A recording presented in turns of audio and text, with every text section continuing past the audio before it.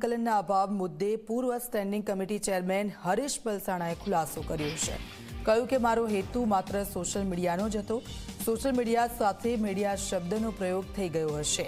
જૂનાગઢમાં વિકાસના કામો થયા જ છે। મહત્વનું છે કે સાંસદ રાજેશ ચુડાસમાએ સ્થાનિક શાસકો પ્રજાના કાર્યમાં ઊંડા ઉતર્યા હોવાનો સ્વીકાર કર્યો છે, જ્યારે સ્ટેન્ડિંગ ચેરમેન હરીશ પલસાણાએ પોતાના દોષનો ટોપલો મીડિયા પર ઢોળી દેવાનો પણ પ્રયાસ કર્યો।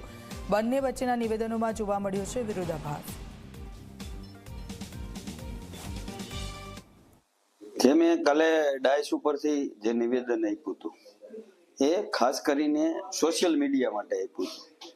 આમ તો મીડિયા માટે મારે કંઈ કહેવાનું હતું નહીં, કદાચ મીડિયા પાસે સાચી ખોટી વાત આવતી હોય અને એ પ્રસિદ્ધ થતી હોય છે। સોશિયલ મીડિયાને લઈને મારું નિવેદન હતું, પરંતુ એમાં સાથે કદાચ મારાથી મીડિયા પણ કહેવાઈ ગયો છે, એટલે એવું બની શકે, એટલે માટે થઈ અને સોશિયલ મીડિયા માટે જ ખાસ મારો હેતુ હતો।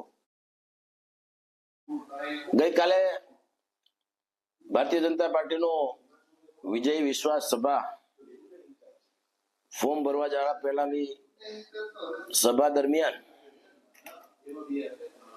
જૂનાગઢ લોકસભાના સાંસદ આદરણીય રાજેશભાઈ ચુડાસમાએ પોતાના વક્તવ્યમાં જૂનાગઢની જનતાને ખૂબ કામ થયા છે, પેલા એની માહિતી આપી હતી કે ભારતીય જનતા પાર્ટીની જે કોર્પોરેશનની ચૂંટણી લડાવવાની છે એ વિકાસના મુદ્દે લડાવવાની છે।